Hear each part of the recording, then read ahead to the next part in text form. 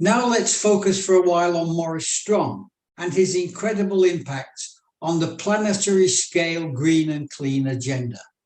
And let's get straight down to business with a short video from Achim Steiner, UN Under-Secretary General, with a very similar statement to the one that he made to the opening plenary of the Paris Climate COP, just 3 days after Maurice's death in 2015, remembering a man he called one of the world's greats.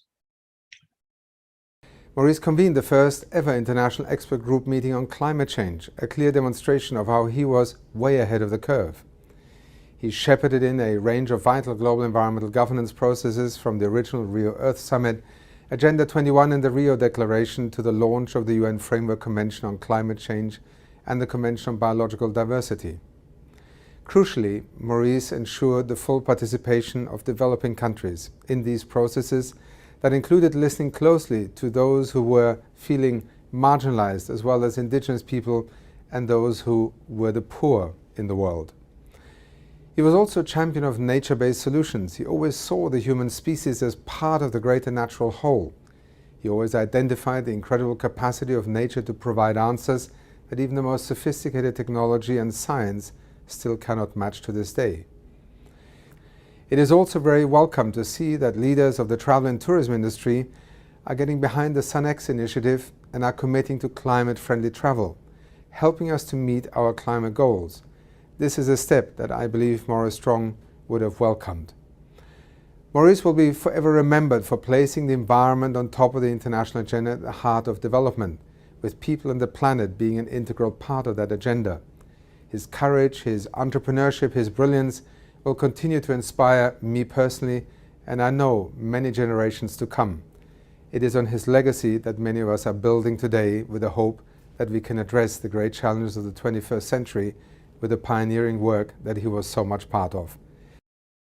And now we can listen to Maurice himself, talking to BBC back in 1972 about the climate crisis. It has become apparent that today man's own activities have reached the scale where they are the principal determinants of his own future. For example, we are now today effecting more changes in the composition of the atmosphere, in the composition of the waters of the world, and even the composition of certain elements in our food chain. We're making more of these changes in one generation that have been made in millions of years of human evolution. We don't know exactly what will be the ultimate impact of these changes, but we do know that many of them are irreversible, and many of them could be decisive in their effects on man's future.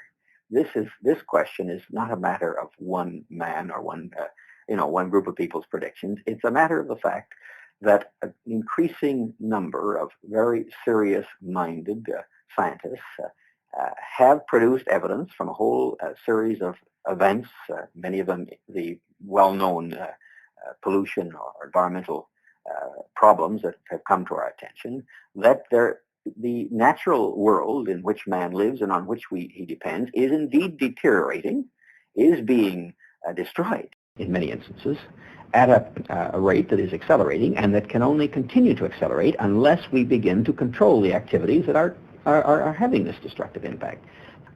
I believe that the nations of the world themselves are impressed with the evidence that we have amassed that suggests that we must adopt a much more cooperative attitude towards our dealing with this problem, that Stockholm must usher in a new era of international cooperation. And I believe the governments will go to Stockholm with an overriding sense of the importance of achieving consensus on at least a large percentage of these proposals.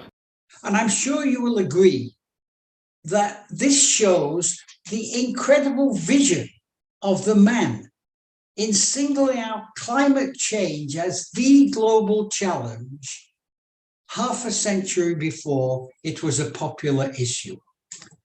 And we'll hear a little bit more on this from Felix Dodds, another one of Strong's disciples. Felix is a co-founder of SunX and a co-author with Strong of Only One Earth. I always thought that Morris was a unique individual, someone who cared deeply about the people, and particularly those who were more vulnerable than others. But in his life, he gained such a unique perspective. He had worked as an oil and businessman in Canada, the United States, and Kenya. He helped establish many non-government organizations and sat on the boards of many other NGOs. He'd interned at the UN as a 17-year-old in the PASS office and helped UN security. He came back at 32 as the UN Under-Secretary General for the first UN conference on the environment held in Stockholm in 1972. Morris was ahead of his time in so many areas, climate change being one of the most obvious and relevant to today's conference. An outcome from the 1972 conference was the establishment of the United Nations Environment Programme, of which he would become the first executive director.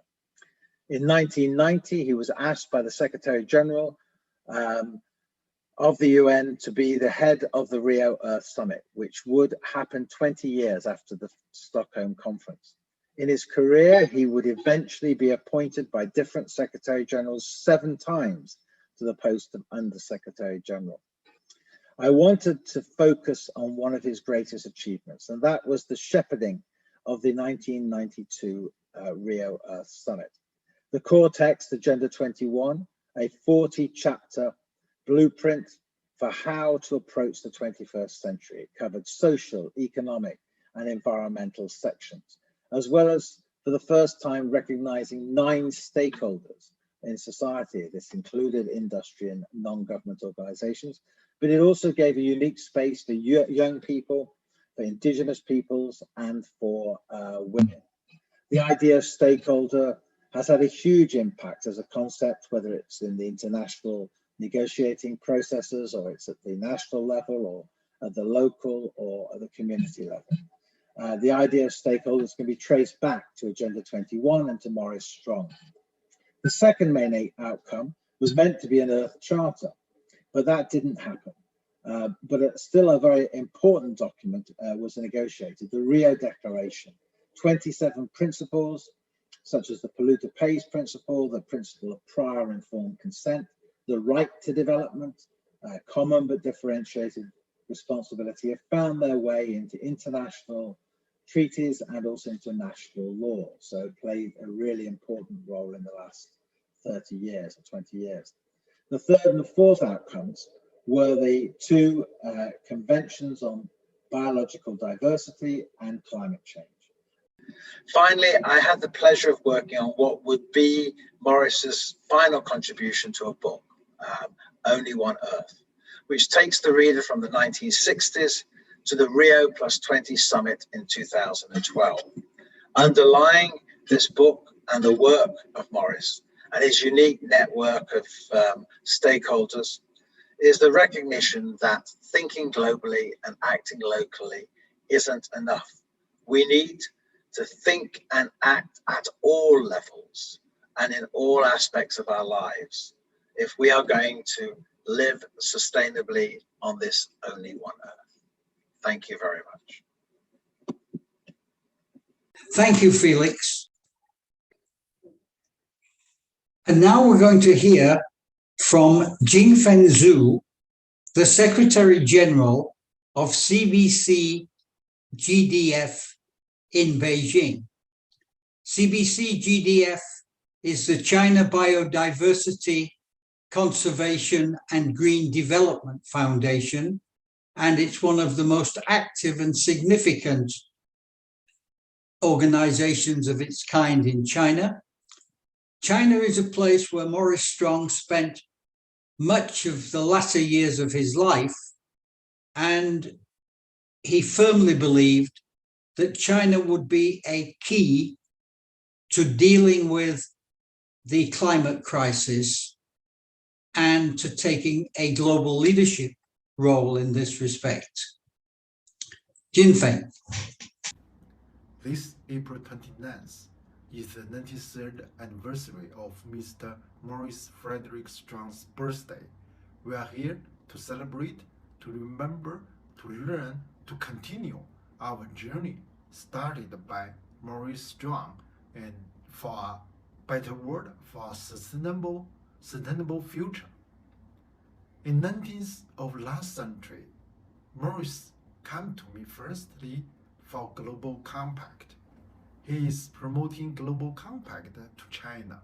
And at that time, some Chinese thought Global Compact is rich countries' club.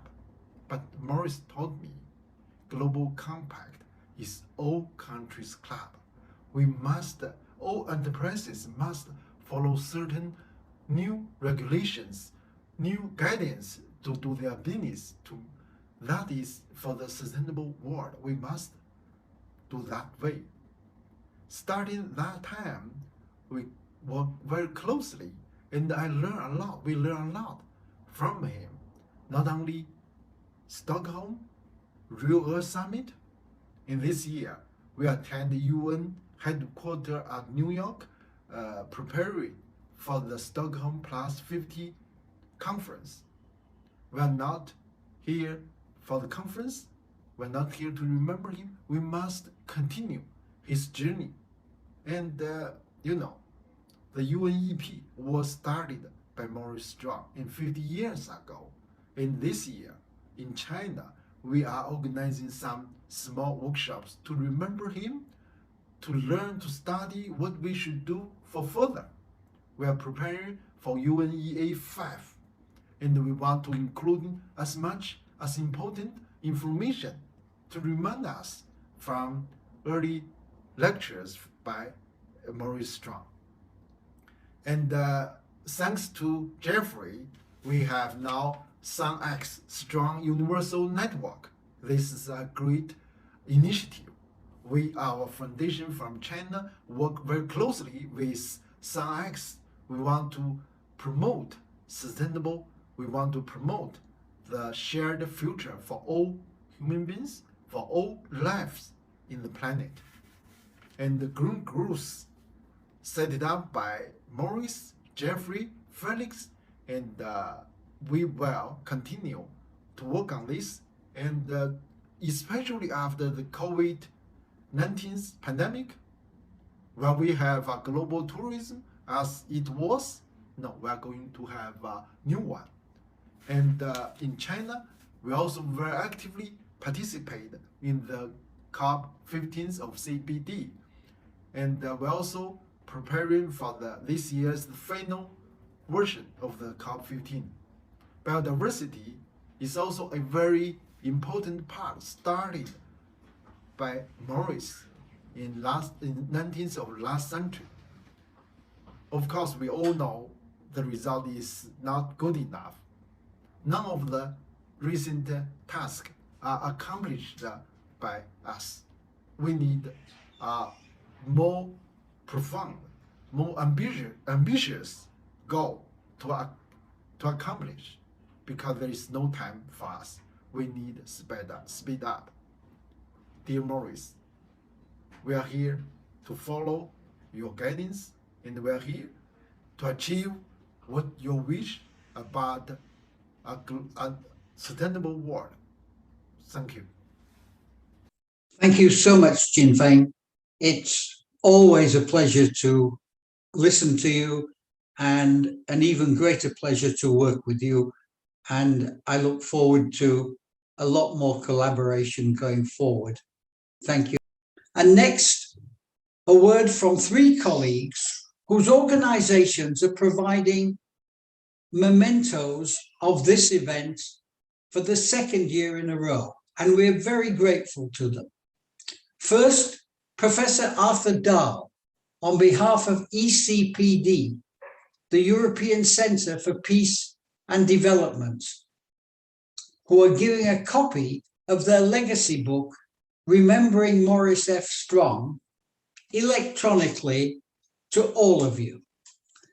Then Miriam Villela, Executive Director of the Earth Charter Institute in Costa Rica, established by Maurice Strong, who will provide an electronic copy of the Earth Charter to attendees. And I would urge you to really carefully study the Earth Charter. It contains so much which is relevant to today's world. And finally, in this segment, Jocelyn Favre-Boulle from our partner Les Roches Hospitality College in Switzerland, talking about the Strong Earth Awards we are giving together to those students who write an essay on the relevance of the Earth Charter in today's world. I first saw Maurice Strong in action at the United Nations Conference on the Human Environment in Stockholm, Sweden, in 1972, which Maurice organized and was its Secretary General. It launched the international environment movement. Later, when I was Deputy Director of Oceans and Coastal Areas at UNEP, Maurice asked for my secondment to his Secretariat for the 1992 United Nations Conference on Environment and Development to help draft Agenda 21, the action plan from the Rio Earth Summit, and in particular its chapter on oceans, coasts, and small islands. I last saw Maurice at the Rio Plus 20 conference in 2012. ECPD has published a wonderful book, Remembering Maurice Strong, full of recollections from many of those who worked with him. And we are providing all of you with electronic copies so that you too can be inspired by Maurice's example and perhaps follow in his footsteps to make the world a more just and sustainable place for everyone. Warm greetings from the Earth Charter International Secretariat and our Education Center that is located here on the campus of the University for Peace in Costa Rica. I'm very happy to join this event today, the Strong Earth Youth Summit. I trust the Strong Earth Charter Awards will spark imagination and creativity of many, as well as significant future collaboration.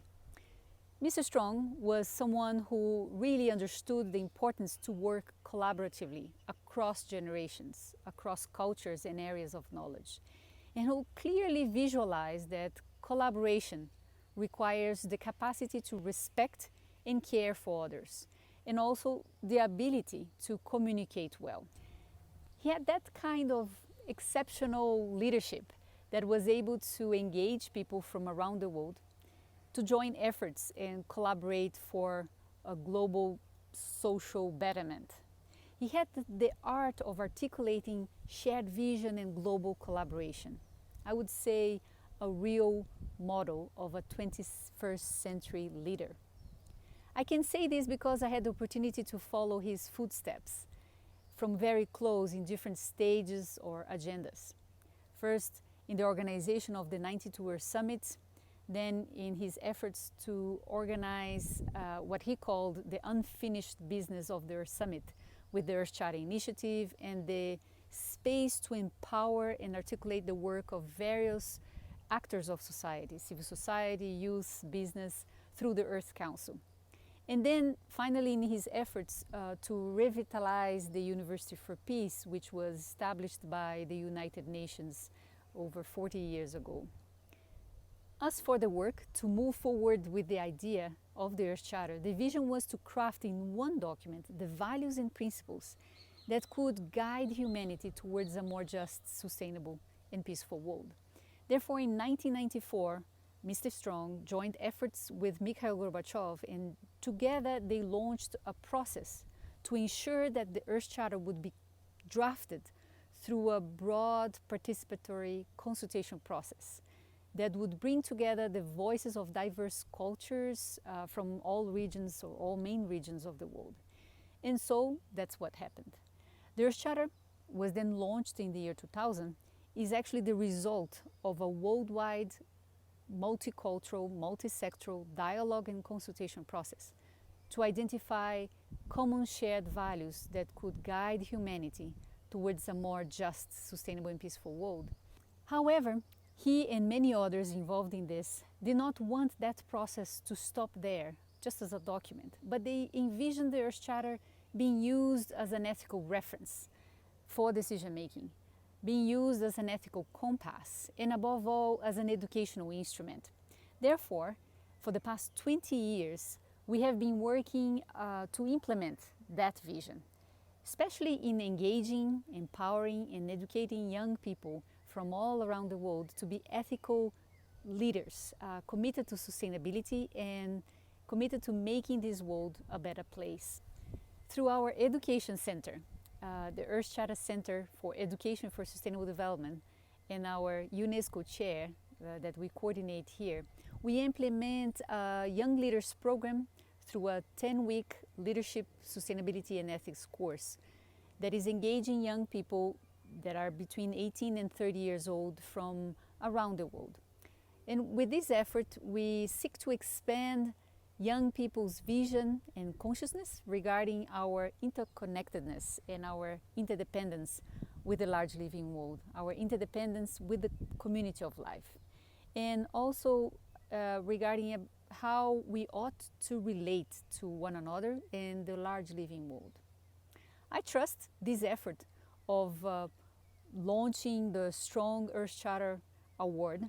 It will spark, hopefully, the imagination and interest of many to use the Earthshatter in many different ways and to work together in this effort of turning our conscience on the fact that we are one Earth community with one common destiny into action. Thank you very much. Hello everybody and welcome to Les Roches in Crans-Montana, Switzerland. Over the last couple of years, we've worked closely with SunX Malta on different projects, including our environmental festival Shifting. And we are delighted to extend our collaboration by supporting the Strong Earth Youth Summit. At Les Roches, our mission is to nurture future leaders who will disrupt tomorrow's hospitality industry through innovation and sustainable solutions. We encourage not only our students, but our entire community to think outside the box and to be fearless when it comes to making change for good. Shifting is a festival for all ages, where sustainability meets innovation, where brainstorming and conversations spark the imagination, and where the experts tell it how it is. It is my pleasure to announce that together with SunX, Les Roches will be sponsoring 10 awards, and that Professor Jeffrey Lippman and myself will be announcing these winners during the festival later this year. So that's it for the first half of our program. We're now taking a 15-minute break before we get to the fun stuff with our students and some lecturers from the climate-friendly travel course that we are doing with the Institute of Tourism Studies in Malta. During the break, we have some climate videos from award-winning artist Leona Boyd and Alston Kosh, as well as one of our 65 Dodo videos that we're promoting to schools, hotels, and restaurants to keep the youngest family members both entertained and informed about the broader climate and sustainability challenges that we're facing. Thank you very much.